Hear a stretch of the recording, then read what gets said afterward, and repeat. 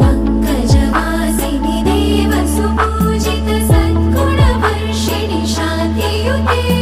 जय जय हे मधुसूदन कामिनि आदिलक्ष्मि जय पालय माम्